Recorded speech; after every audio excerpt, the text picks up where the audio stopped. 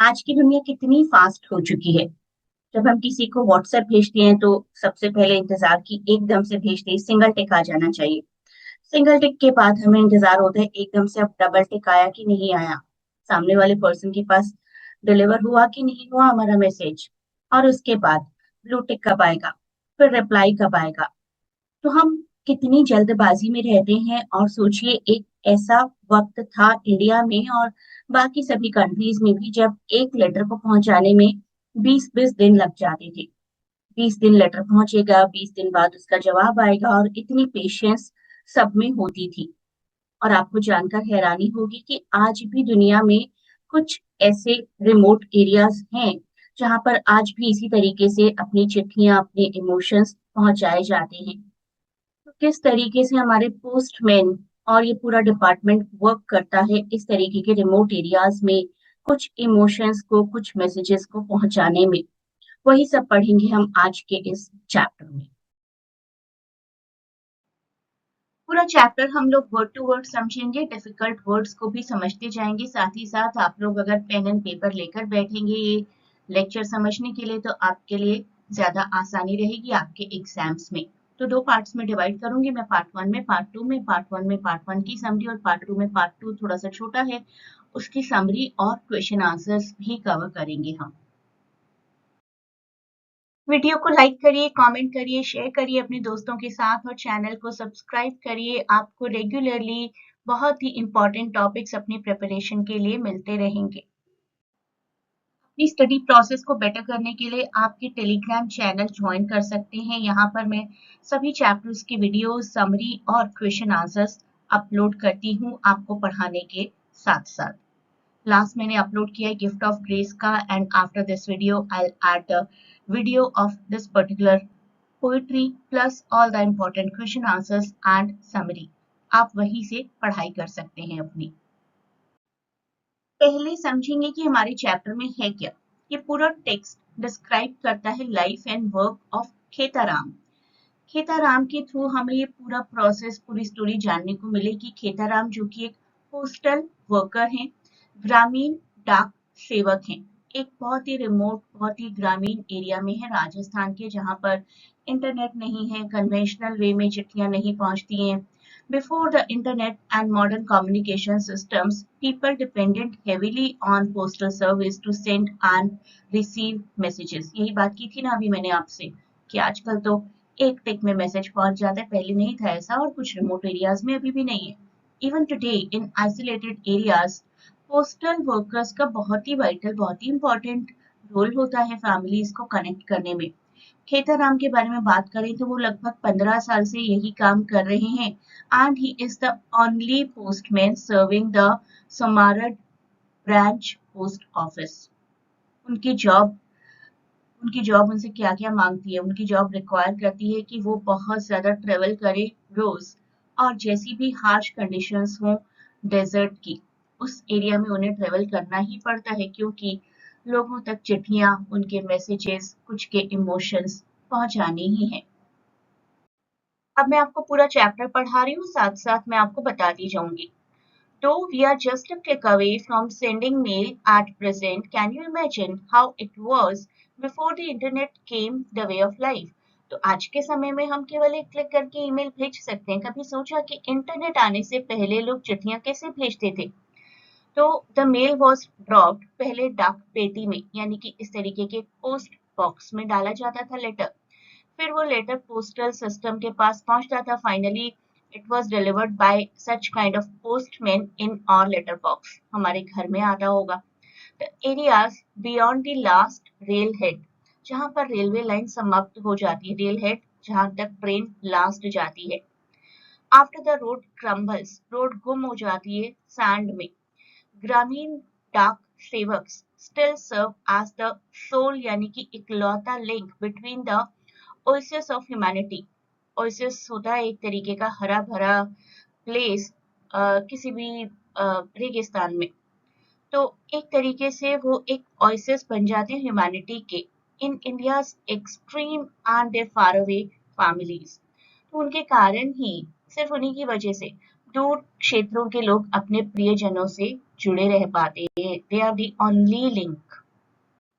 तो देखिए खेताराम जी एक ग्रामीण डाक सेवक हैं। उनका लेफ्ट शोल्डर भी झुक गया है, स्लम टेस्ट झुक गया है। इतने सालों उन्होंने मेल बैग उठाया ना। अकेले इकलौते पोस्टमैन हैं सोमरठ ब्रांच पोस्ट ऑफिस के। 15 साल से ये काम करें। बहुत ही विश्वसनीय लिंक है between the people attach to this village, Rajasthani village post office and their families. इकलौता लिंक है ना, कहीं बाहर से कोई चिट्ठी आएगी, संदेशा आएगा, हर चीज को पछाड़ते हैं, सारे ऑड एलिमेंट्स को, सारी कठिनाइयों को डिफाई करते हैं, हार्शेस्ट डेजर्ट की कंडीशंस को पीछे छोड़ते हैं, थार रेगिस्तान की, और दूर दराज फैले हुए हैमलेट। हैमलेट का मतलब होता है ढाणी, ढाणी का मतलब छोटा सा विलेज। इस रिमोट एरिया के विलेज को कनेक्ट किए हुए हैं, जो कि इंडो पाकिस्तान बॉर्डर से सिर्फ 2.5 किलोमीटर पीछे है। तो इतनी कठिन परिस्थितियों और दूर दराज के इलाके में भी खेताराम लोगों तक डाक संदेश और अपनेपन का एहसास पहुंचाते हैं। हैमलेट देखिए, छोटे छोटे गांव एंड डिफाइंग डटकर सामना करना किसी ऑड कंडीशन का। पूरा चैप्टर है ये आपका, यहीं से आप पूरा चैप्टर पढ़ लीजिए। सम 120 kilometre beyond the last rail head at Barmer, 50 kilometre है लास्ट फोन लाइन से, और 10 किलोमीटर वहां से दूर है जहां तक लास्ट ट्रेन जाती है, लास्ट रोड जाता है, लास्ट रोड जो कि फिर सैंड में कन्वर्ट हो जाता है। और ये सैंड की वजह से इतना सॉफ्ट कि बाइसिकल भी नहीं चल सकती वहां पर। That is where Khetaram's footprints appear along sand beds and dunes. तो देख रहे हैं आप, सिर्फ उन्हीं के फुटप्रिंट्स वहां पर नजर आते हैं। वहां की रेत इतनी मुलायम है कि साइकिल भी नहीं चल सकती। रेत के टीलों और रेतीले रास्तों पर केवल खेताराम के पद चिन्ह यानी कि फुटप्रिंट्स दिखाई देते हैं। It is his bodily effort that ensures that the mail transferred from the mail train onto bus before being hefted, hefted is कंधों पर उठाकर रखना, onto his shoulder is delivered at the border within 24 hours of dispatch from Jodhpur, around 330 kilometers away. तो उनकी कड़ी शारीरिक मेहनत के कारण ही डाक समय पर लोगों तक पहुंचती है। डाक पहले मेल ट्रेन से आती है, फिर बसों के माध्यम से पहुंचाई जाती है, और अंत में खेताराम अपने कंधों पर उठाकर दूर दराज के सीमावर्ती गांव यानी कि हैमलेट्स तक लेकर जाते हैं ना। तो इस प्रकार, इस तरीके से लगभग 330 किलोमीटर दूर भेजी गई डाक सिर्फ 24 आवर्स में लोगों तक पहुंच जाती है। Often the impressions of his footprints reveals the weight of his mail bag. पैरों के गहरे निशान होते हैं तो पता चलता है कि कितना गहरा वजन रहा होगा ना उनके कंधों पर। रेगुलेशन स्टिपुलेट, स्टिपुलेट मतलब निर्धारित करती हैं, that his load cannot exceed 28 kilos. अब रूल तो ये कहते हैं कि 28 किलो से ज्यादा वजन नहीं लेकर जाएंगे।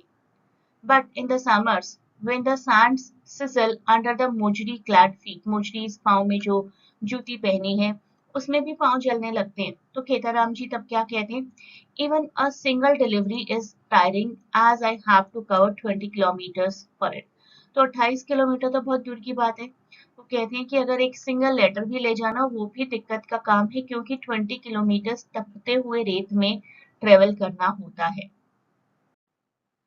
और वो उन दिनों में भी डिलीवर करते हैं जब उनकी बॉडी बहुत सिग्नल दे रही होती है, भाई आज बहुत गर्मी है। ब्लेजिंग सिग्नल्स, जलते हुए सिग्नल्स दे रही है उनकी बॉडी कि टेम्परेचर तो 50 डिग्री हो चुका है। But it is recorded 49.9। लेकिन जानबूझकर 49.9 रिकॉर्ड किया जाता है कई बार, ताकि लोगों को उनकी चिट्ठियां मिल सके। क्यों? क्योंकि 50 डिग्रीज का मतलब है स्टेट हॉलीडे। 50 डिग्रीज जब टेम्परेचर हो जाता है तो ये सेवाएं सरकार की तरफ से बंद कर दी जाती हैं। इसीलिए बहुत बार ऐसा होता है कि 50 की जगह 49.9 रिकॉर्ड किया जाता है। Sometimes severe heat forces him to postpone deliveries till after sundown. तो कभी-कभी इतनी ज्यादा गर्मी की वो सनसेट होने से पहले डिलीवर कर ही नहीं सकते लेटर्स को। On other days, his khaki turban and uniform are his only protection against the desert furies. Desert में जो गुस्से वाले देवी देवता रहते हैं ना, उनके गुस्से से बचने का एक ही तरीका होता है, सर पर टर्बन पहन लो और अपनी खाकी यूनिफॉर्म पहन लो। द स्कॉचिंग यानी कि झुलसा देने वाली गर्मी, winds and swirling चक्कर आने वाले sand storms which turn him into a walking sandman. उनके आसपास सैंड छा जाती है, पूरा उनकी बॉडी सैंड में नहा लेती है, वो सैंडमैन लगते हैं, वॉकिंग सैंडमैन नजर आते हैं।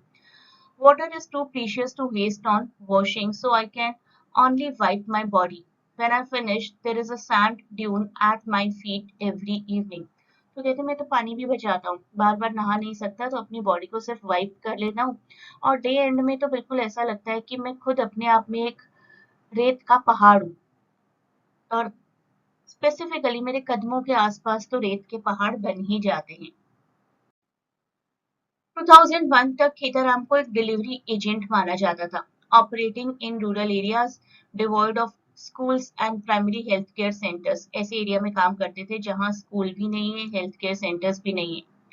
Since then, India's 3 lakh plus delivery agents like Khetaram were accepted as ग्रामीण डाक सेवक, और उसके बाद इनको ग्रामीण डाक सेवक की पोजीशन दी जाने लगी, who constitute more than 50% of the total workforce। तो सन 2001 तक खेताराम को डिलीवरी एजेंट नाम से जाना जाता था। वो ऐसे ग्रामीण क्षेत्रों में काम करते थे जहां स्कूल और प्राथमिक स्वास्थ्य केंद्र जैसी मूलभूत सुविधाएं भी नहीं है। इसके बाद भारत के 3 लाख से अधिक डिलीवरी एजेंट्स को ग्रामीण डाक सेवक के रूप में मान्यता दी गई। आज ये ग्रामीण डाक सेवक भारतीय डाक विभाग के कुल कर्मचारियों का 50% से अधिक हिस्सा बनाते हैं। तो आप देख सकते हैं कितने रिमोट एरियाज हैं इंडिया में। सिर्फ राजस्थान में ही नहीं है, लद्दाख में भी है, लक्षद्वीप में भी है, पूर्वोत्तर एरियाज में भी है। तो सिर्फ राजस्थान नहीं, the frozen desert of Ladakh, the Isles of Lakshadweep, and the riverine communities of Northeast are all GDS territories, ग्रामीण डाक सेवक। अब देखिए इनका रोल क्या है। The role of GDS is invaluable, इसको आंका नहीं जा सकता, कोई कीमत नहीं लगाई जा सकती। Since they deliver in interior areas that are often inaccessible by any means, किसी भी और तरीके से एक्सेस नहीं कर सकते ऑन फुट जाने के अलावा। explains the postmaster general of Rajasthan western region. तो राजस्थान वेस्टर्न रीजन के जो पोस्ट मास्टर है ना, वो बताते हैं कि कहाँ कहाँ पर GDS काम करते हैं, ऐसे एरियाज में जहाँ पर पैदल जाने के अलावा और कुछ संभव ही नहीं है। तो इनका रोल देखिए कितना कितना महान है, कितना बड़ा है, कितना इनवैल्यूएबल है। आई मीन कि एकदम अमूल्य है, इसका कोई मोल लगाया ही नहीं जा सकता। Unlike the British postal system set up in India to relay company डाक between administrative centers, अब ब्रिटिशर्स ने बनाया था ना पोस्टल सिस्टम, उन्होंने तो अपने लिए बनाया था एक प्रशासनिक केंद्र, यानी कि एक कह सकते हैं ब्रिटिशर्स के एक ऑफिस से दूसरे ऑफिस तक। After independence, the mandate of India Post was to bring the entire population within the mailing ambit. और उस समय डाक व्यवस्था का लाभ ना आम जनता को बहुत ही कम मिलता था, लेकिन भारत की स्वतंत्रता के बाद भारतीय डाक विभाग यानी कि इंडियन पोस्ट का मुख्य दायित्व, मुख्य रिस्पॉन्सिबिलिटी ये बन गया कि देश के प्रत्येक नागरिक को डाक सेवा से जोड़ा जाए, चाहे वे शहर में रहते हो या किसी दूर के गांव में, छोटे गांव में। तो compare to 25,000 post offices in 1947, today we have more than 1 lakh and half post offices throughout the country. तो सन 1947 में भारत में लगभग 25,000 डाकघर थे, जबकि आज पूरे देश में 1.5 लाख, 1.5 लाख से भी अधिक डाकघर है। यही दिखाता है कि भारतीय डाक व्यवस्था कितनी फैल चुकी है। अब आगे GDS की तरफ। Through the GDS, India Post has also been able to reach rural depositors. तो GDS की हेल्प से हम ग्रामीण क्षेत्रों तक भी अपनी सेवाएं सफलतापूर्वक पहुंचा पाए हैं। Who entrust their monthly savings to the post offices in the area, कुछ लोग अपनी महीने की बचत को स्थानीय डाकघर में अपने भरोसे के साथ जमा करते हैं ना। Every post office in the country has many operational accounts. आज देश के प्रत्येक डाकघर में, प्रत्येक पोस्ट ऑफिस में लोगों के अनेक ऑपरेशनल अकाउंट्स यानी कि बचत करने के खाते हैं, और ये इस बात का प्रमाण है कि लोगों का भारतीय डाक व्यवस्था पर गहरा विश्वास है। तो इस प्रकार भारतीय डाक विभाग केवल पत्र पहुंचाने का कार्य ही नहीं करता, बल्कि लोगों की बचत को सुरक्षित रखने और दूर दराज के क्षेत्रों को देश की मुख्य धारा से जोड़ने में भी महत्वपूर्ण भूमिका निभाता है। नेक्स्ट कनेक्टेड लेक्चर में मैं आपको इसी चैप्टर का पार्ट 2 कवर करवाती हूँ, जहाँ पर हम और जानेंगे खेताराम जी के बारे में, उनके एफर्ट्स के बारे में, किस तरीके से खेताराम जी सिर्फ एक पोस्ट मैन नहीं है बल्कि लोगों से भी जुड़ जाते हैं और जिस गांव में लेटर पहुंचाने जाते हैं हर कोई उनको रिस्पेक्ट देता है। तो उस बारे में भी जानेंगे और कुछ क्वेश्चन आंसर्स जानेंगे। तब तक के लिए आप इसी वीडियो को एक बार रिपीट करिए एंड सेकेंड वीडियो शायद आप जब देख रहे हो इस फर्स्ट वीडियो को तब तक अपलोड हो चुका होगा। A great good luck for your exams. Video के डिस्क्रिप्शन में चैनल लिंक है। लिटरेचर की स्टडी के लिए आपको कोई भी परेशानी नहीं होगी। टेलीग्राम ज्वाइन करिए। ये यहाँ पर हर चैप्टर का वीडियो है, प्लस उसके साथ ही साथ उस चैप्टर की समरी और क्वेश्चन आंसर्स। पूरी पढ़ाई करने के लिए आपको सिर्फ एक ही प्लेटफॉर्म यूज करना पड़ेगा, कहीं भी और से कुछ नहीं करना पड़ेगा। ये है मेरा टेलीग्राम चैनल, आप इसको भी ज्वाइन कर सकते हैं। मैं टाइम टू टाइम वहाँ पर इंपॉर्टेंट इन्फॉर्मेशन और क्वेश्चन आंसर्स प्रोवाइड करती रहती हूँ। चैप्टर्स की समरी अवेलेबल रहेगी, वहाँ पर एनसीईआरटी के आंसर्स अवेलेबल रहेंगे और चैप्टर समझने के लिए वीडियो है ही। तो आपकी एक बहुत ही अच्छी सेल्फ प्रिपरेशन हो जाएगी अपने इंग्लिश सब्जेक्ट की। तो चैनल को ज्वाइन करिए और मेरे यूट्यूब चैनल को सब्सक्राइब करिए, शेयर करिए, वीडियो को लाइक करिए, कॉमेंट करिए। आप मेरी लाइव क्लासेस को भी ज्वाइन कर सकते हैं। ऑनलाइन क्लासेस होती हैं मेरी इंग्लिश लिटरेचर के लिए and everything is taught in a very enhanced way. आप चाहें तो ज्वाइन कर सकते हैं।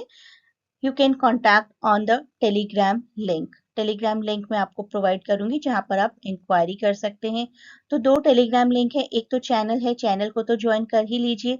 उसके साथ ही साथ अगर आप मेरे लाइव सेशंस को ज्वाइन करना चाहते हैं तो मुझे मैसेज करिए टेलीग्राम पर। Good luck for your exams again.